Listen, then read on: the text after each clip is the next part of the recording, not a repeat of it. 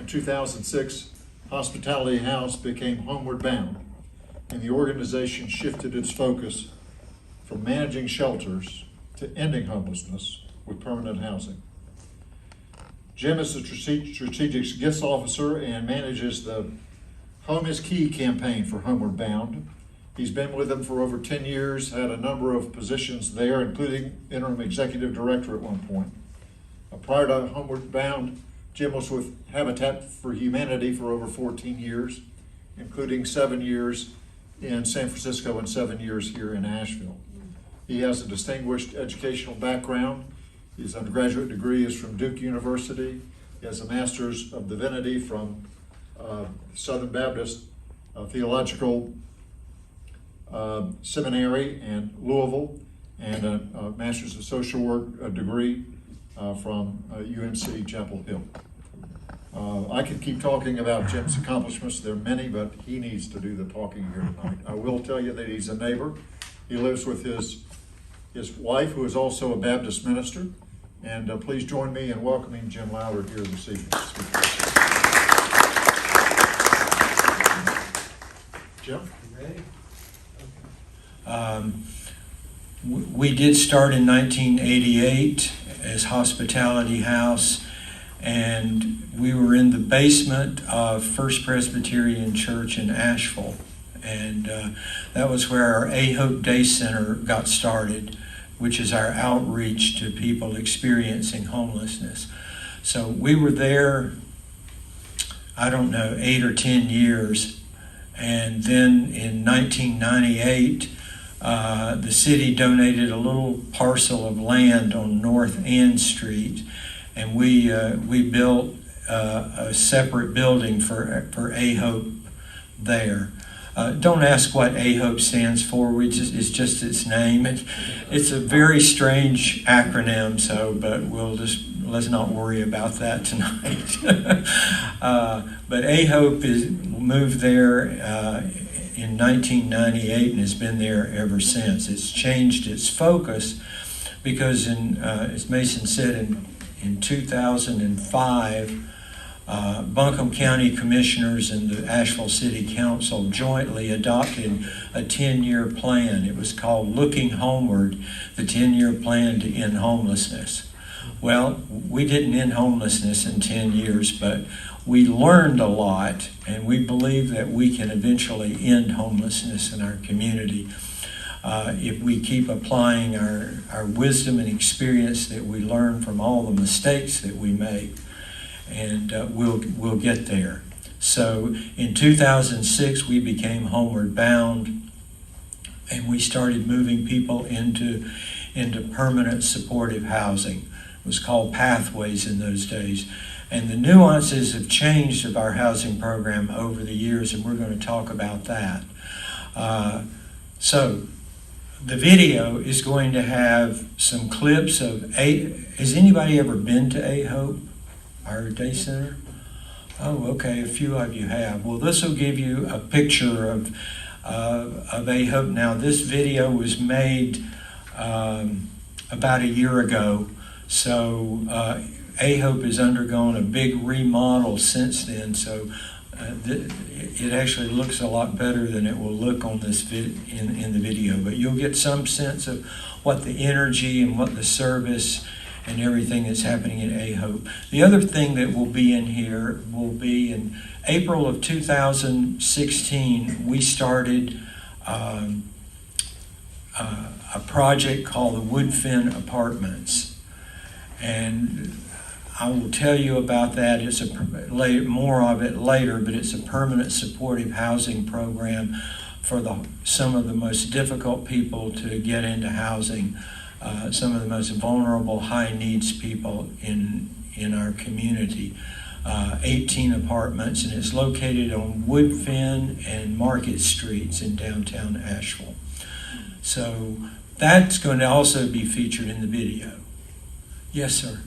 I know we're going to be talking about supportive housing, but aren't you also talking about homeless shelters? You mentioned First Presbyterian Church in Asheville, and I know First Baptist Church in Black Mountain used to have a shelter, but some of these shelters that's different than supportive housing. It's very different, and we can talk about that. I don't go anywhere. The first question is, what's with the Ramada Inn going on? So we can talk about that a little bit. But the only shelter that we are currently doing is a day shelter, which is A Hope. And that's what you'll see coming to life, open Monday through Friday from 8 to 3 p.m.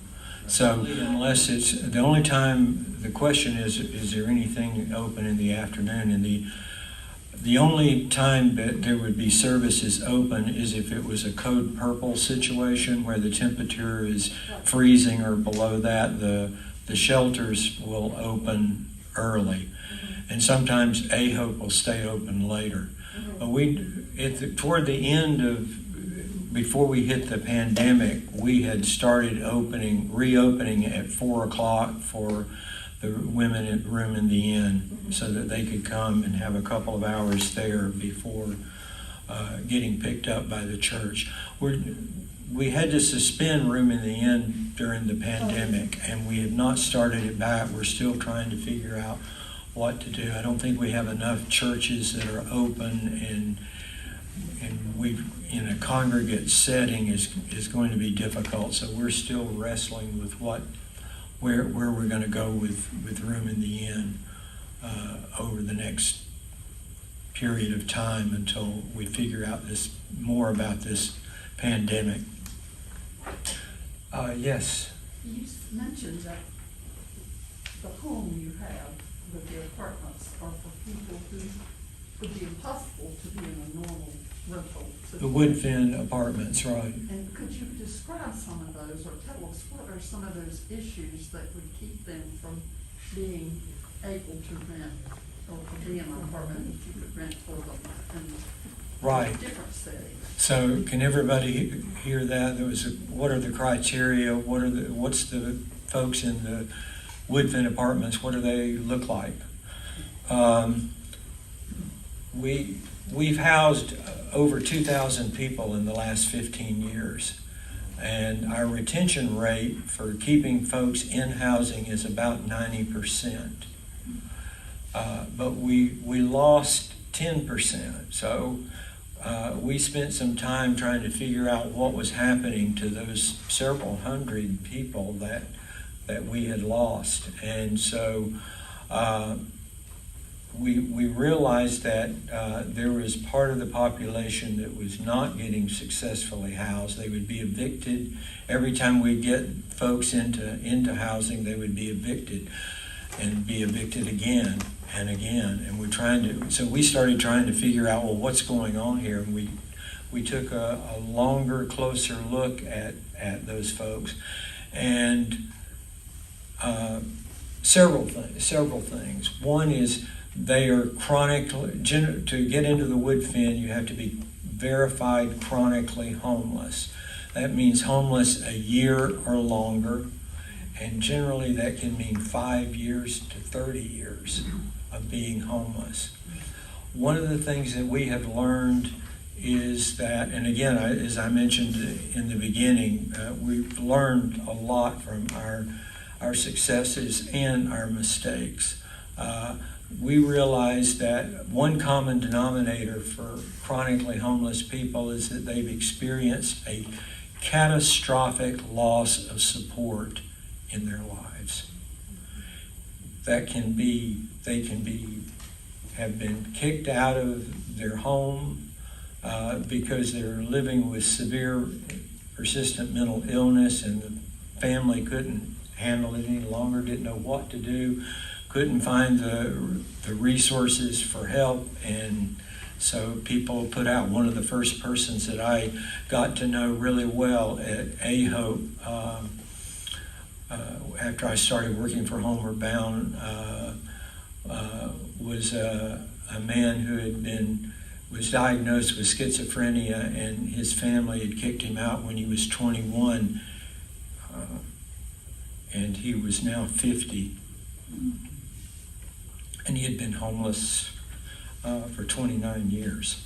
And so we were able to finally get him into housing. But that's one example. But catastrophic loss of support, it could be aging out of foster care and you have no family, no friends. You're 18 years old and you're completely on your own. All kinds of ways that people have been, have had that loss of support and that trauma in their lives. We work with a lot of women in collaboration with Helpmate who are victims of domestic violence, and that's another whole path that we find folks on. So there's lots of reasons, but that catastrophic loss of support seems to be a common denominator. If we're looking at the 18 people there, and we picked the first 18 people based on that you had to have been evicted at least twice to be able to qualify to get into the Woodfin. And so we picked 18 folks that we felt like needed the new model that we were creating. And the new model was, one, our case managers, our social workers are actually on site. They work on site with the residents. So it's a much more intense engagement. And there's 24/7 safety and security staff present at the facility. And that has resulted in a 92% housing retention rate. It's a very structured living environment, but we've found that it really works. Is the Woodfin the only homeward bound facility that you have? No, we have one other. It's called Key Commons, and it's in West Asheville on Short Michigan. It's 13 apartments there, but we don't place as high a level of need persons into those apartments. So we're wrestling now. We have a lot of nuances in our housing. We have a team that works with veterans who are living outside. We have a team that works with families and children. We have a program called Rapid Rehousing to try and prevent somebody from becoming homeless. But if they do slip into homelessness, the goal is to get them right back into housing as fast as we possibly can, so that they don't at least add the trauma of being homeless to all the other trauma they've had in their life. So we have all that going on.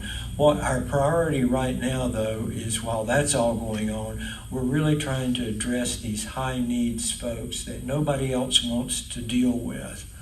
When we were working to open the Woodfin apartments, we had so many service providers in our community say, "You're crazy. You really are. This is never going to work. You cannot house folks." And I want to talk a little bit about that on a national level, because I think there is a failure of what John Oliver calls a failure of perception. So I don't know if anybody ever watches John Oliver or not, but he's an interesting person, and he does some interesting takes. And last Sunday night he did a segment on homelessness. But he talked about the fact that there is a failure of perception. We blame people for being homeless. It's their fault. Actually, in 1981, Ronald Reagan was interviewed, and he said that most homeless people are homeless by choice. And that has actually caught on, and a lot of people still believe that.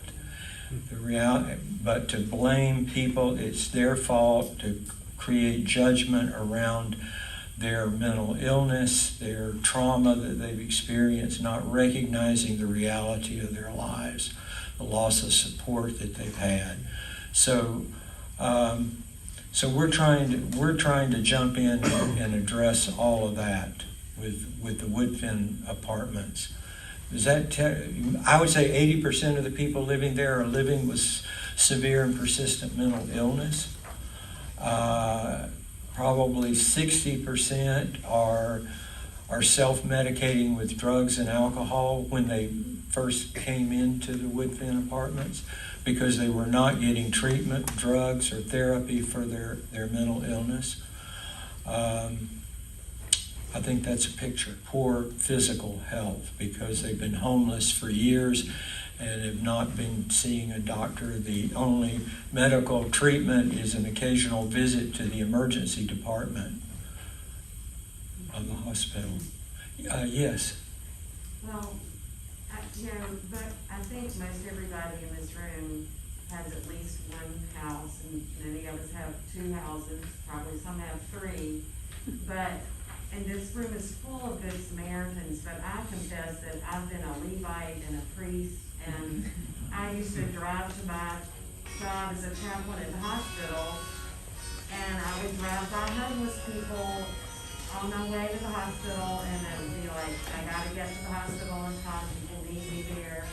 And then at the end of the day, I'd be driving by them again, and, sometimes they'd knock on my window, and I'd roll my window down and, listen to them, but it was like, but I just drove on home. So, I talked about the issue of perception. I feel like everybody in this room has some awareness, but what is it that will help us be the Good Samaritan and stop being the Levites and priests? One of the things that happened in 1980 was, a whole bunch of things happened in that 1980 to 1985. There were severe cuts in social services for people living on the margins. There was a reduction of housing subsidies across the country by 75%. We haven't recovered from that. Brownie Newman says that Buncombe County needs at least 5,000 apartments or housing units just to tread water and stay where we are with the problem. So I think one of the things that we can all do is find some way that we can put our voices to advocating for affordable housing. That was a theme in the video, is that there's just not enough. There's not enough at any price level. Working families can't find housing. The costs go way up, and certainly when you get to folks who are experiencing homelessness, there's not very much housing. So advocating for housing is really critical. Yes. Did somebody? Oh, okay. Okay. Go, Bob. Okay. Do you see any hope in the many houses that we are seeing developed by different people or organizations? You know what I'm talking about? Tiny houses. Yeah, absolutely. There's hope every time we can get a housing unit built, apartment or a house, for a family, for an individual, for chronically homeless people, for poor working people. Gosh, we need everybody doing what their part is to help make this happen. It's going to take the entire community coming together to really. We need to develop 5,000 housing units now. So if we don't get there tomorrow, we just keep working at it, and we get what we can build and what we can develop. Are you working with developers to build low-income housing? I'm going to talk about that in just a minute. We've got one big project, and I want to kind of close with that talking a little bit about that. We've got a motel conversion project that I want to talk about, which is, I think, is really amazing. And I want to talk about, John Oliver said there's a failure of perception, there's also a failure of policy. And we policies, he said on Sunday night in his show, was that policies are designed to help, not to help, but to punish people for existing, and at best to keep them out of sight. So we can think about that. That made me think. I'm realizing sometimes I'll talk about the fact that I think homelessness is a solvable problem. We said that, several people said that in the video. It's a solvable problem. But there are three approaches we can take in addressing the problem of homelessness. One, we can do nothing. And that's always an option. But it's important to realize that there is an extremely high cost in doing nothing. Take humanitarianism out of the whole picture. Take ministry out of the whole picture. Take the gospel out of the whole picture. It's an expensive proposition to do nothing. It costs the community, on average, about $30,000 a year for a chronically homeless person to remain on the streets, because they will utilize all of the services, that crisis services, the emergency department of the hospital, days in the hospital will increase. Public safety, they'll spend more time in jail. Without addressing the problem of homelessness, Brownie Newman said, we're going to have to build another county jail just to hold everybody. Because when you're homeless, you're always doing something wrong. You sit, as one person said, I sit down and boom, I'm arrested. It's and so we have a lot of folks. We criminalize homelessness, but the cost is high for doing nothing. The other thing we can do is we can criminalize homelessness, and it's amazing how many cities in the United States have done that over the last decade or so.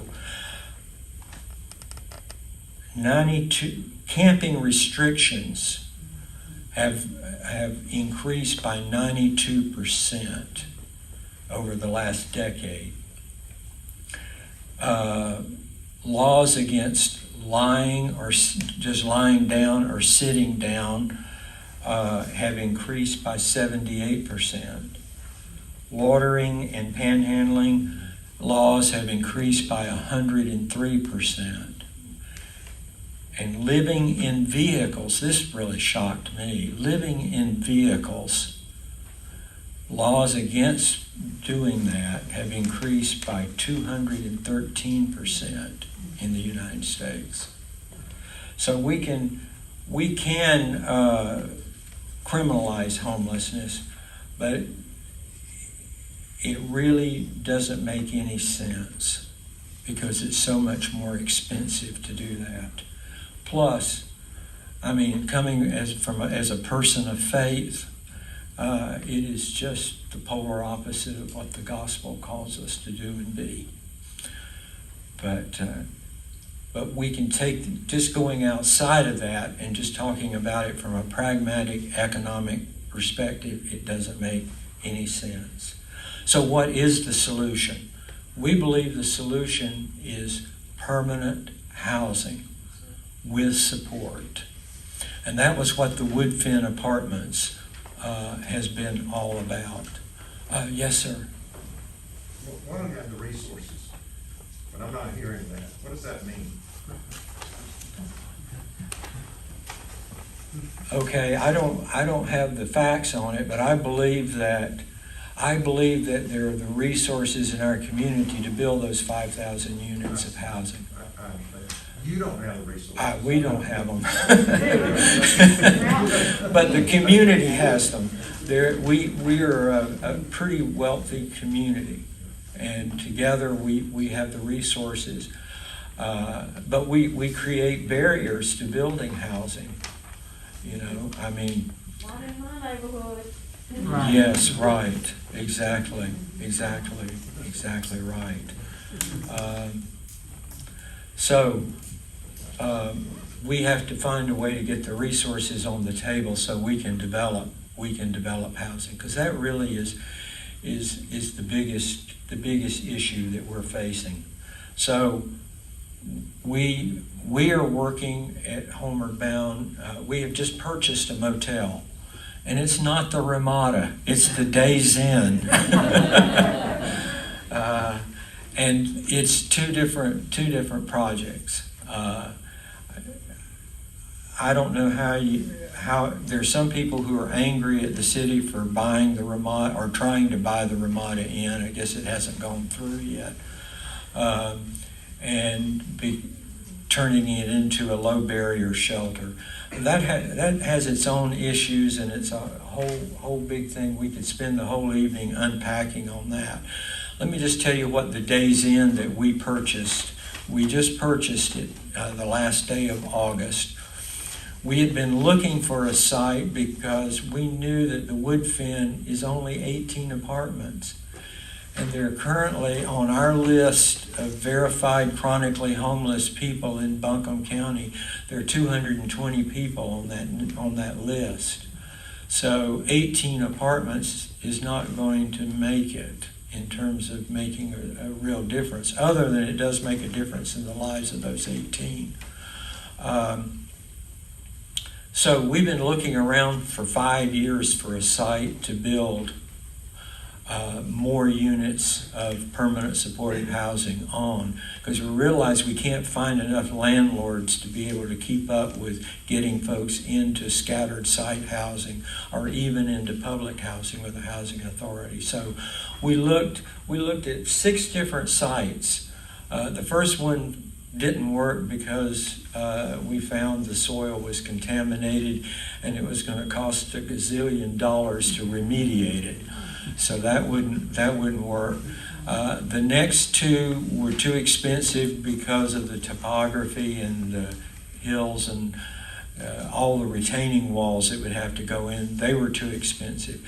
Then we got a not in my backyard response. The owner, even though the owner wasn't going to be there, they refused to sell to us because we were going to house homeless people there. So we lost that site. And then we lost in a competitive bid in the city for a site that we just weren't able to get. So finally, all of a sudden, out of the blue came the opportunity to buy the Days Inn motel. And we spent a lot of time really struggling, thinking about that, and then finally, we just got to do this. And then we looked around and we realized that all across the country, this was happening. California alone has repurposed 7,000 motel rooms into affordable housing units. Charlotte is working. There's an urban ministry center in Charlotte is working on a motel conversion project into affordable housing. So we said, let's jump in and do it. And we were able, after a year of doing due diligence, just the last day of August, we purchased the motel. It's located on Tunnel Road, sort of between... Harry's on the hill. No, that's Patton Avenue. Oh. Tunnel Road. We're over by the near IHOP. Just before you if you were coming from downtown, just before you make the big turn to go in front of the mall. Yeah. So it's almost invisible. It just kind of sits in there. It's really ideal for the kind of facility that we were looking for. It sits on 3 acres and it's got lots of amenities to it. So, so we bought it for $6.4 million. We did not want to go to the community at large to try and raise the money to pay for that. And so we were able to get the city to put in $2 million, the county to put in $2 million, the Dogwood Health Trust put in $2 million, and one individual did put in $500,000. So we were able to get our $6.5 million together to buy the motel. And it will have 85 apartments. And all the apartments will add kitchens to the 85 rooms that will be transformed into apartments. And we'll also have a lot of space for support services to be on site there. We're going to be able to carve out several rooms that will be remodeled into a medical clinic. We're partnering with a group called Sunrise to do a peer support living room on site. We're talking with a food service provider about providing one hot meal a day for each person who will be a resident there. And also to do some job training in the culinary arts. We inherited, with the purchase of the motel, we would never have built this if we were building from the ground up. We have a full commercial kitchen in there. Now the Days Inn obviously hadn't used it in years because it needs a lot of work on it, but it is a full commercial kitchen. So we're really looking forward to being able to provide meals there and to reorganize our hospitality that so many churches had with Room in the Inn to bring meals and have hospitality times there. Just won't have to have volunteers to spend the night. So Have you named it? We have not yet. It's not, you wouldn't use. I'm sorry? You wouldn't use Sunset or Days, right? No, we probably, unless the Day family decides to give us $2 million or more dollars, we might. There is other family, I didn't know.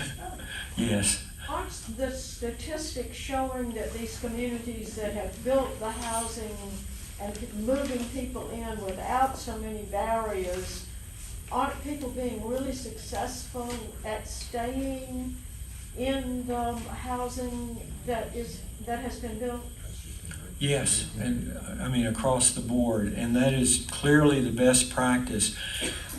We believe that housing is a basic human right, and that means that you don't lose your housing just because we disagree with everything you're doing.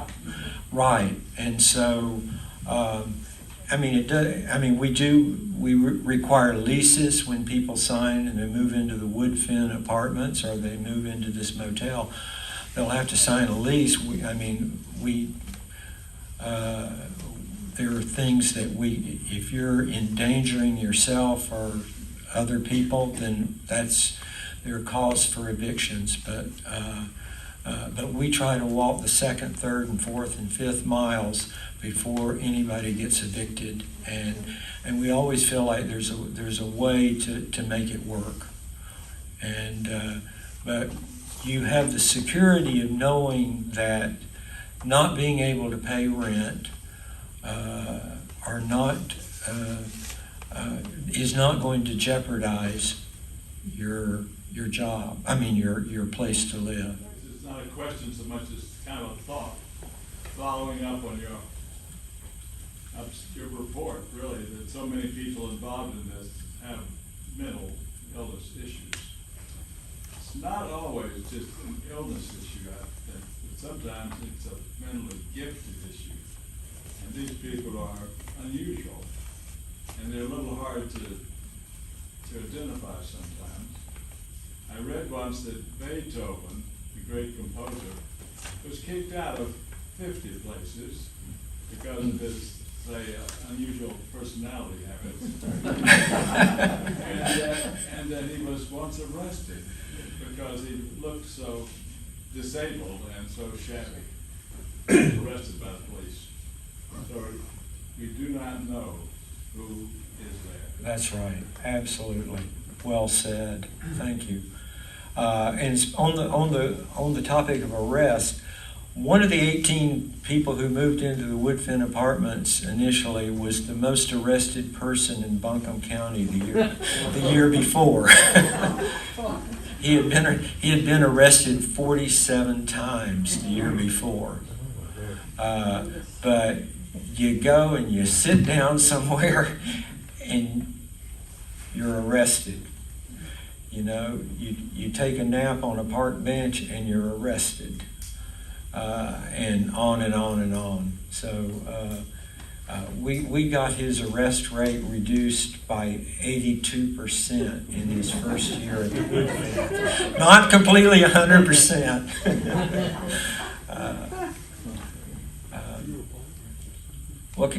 Other questions? Yes, sir. Sir, I have two questions. The first one is, what is your annual budget and where do your sources of revenue come from? And then the second question is, I know a number of your clients have physical and mental limitations. What about job placement? Do you get in, because you said a lot of your clients may have to pay rent, so do you get involved in job placement? They will only have to pay rent if they have income. So now let me just tell you about the budget for the Days Inn property that we're going to develop. We actually have the operating cost almost secured for that because we were able to get through the Housing Authority and then HUD Section 8. Section 8. It's Section 8 or housing choice vouchers that are assigned to the rooms. So that will generate enough to come close to covering our annual operating budget. Remember I said that doing nothing, each of these people cost about $30,000 to the community to be on the streets. Our budget is about $10,000 per $10,000 or $11,000 per person. Our budget's going to, I think right now we're projecting it to be about 1.1 million annually, of which most of that will come from the Section 8 vouchers. So that's how that works. In terms of Homeward Bound in general, our operating budget for all of our programs put together is between $5 and $6 million. It was a little higher during COVID because we were running the Red Roof Inn for almost, well, over a year. We ran the shelter at the Red Roof Inn. And that's why I can say we were not excited about running the shelter at the Ramada Inn. So we politely declined because, not that shelter is needed, I'm not denying that, but it is needed, but we would rather put resources into permanent housing than into shelter. So I think we just have to keep perspective. I don't know, $9 million struck me as a little high for a shelter. But that's just me talking, not Homeward Bound. What about job placement? Job placement is tough when you've got a population of folks, so many of whom have either physical disabling conditions or mental illness issues. So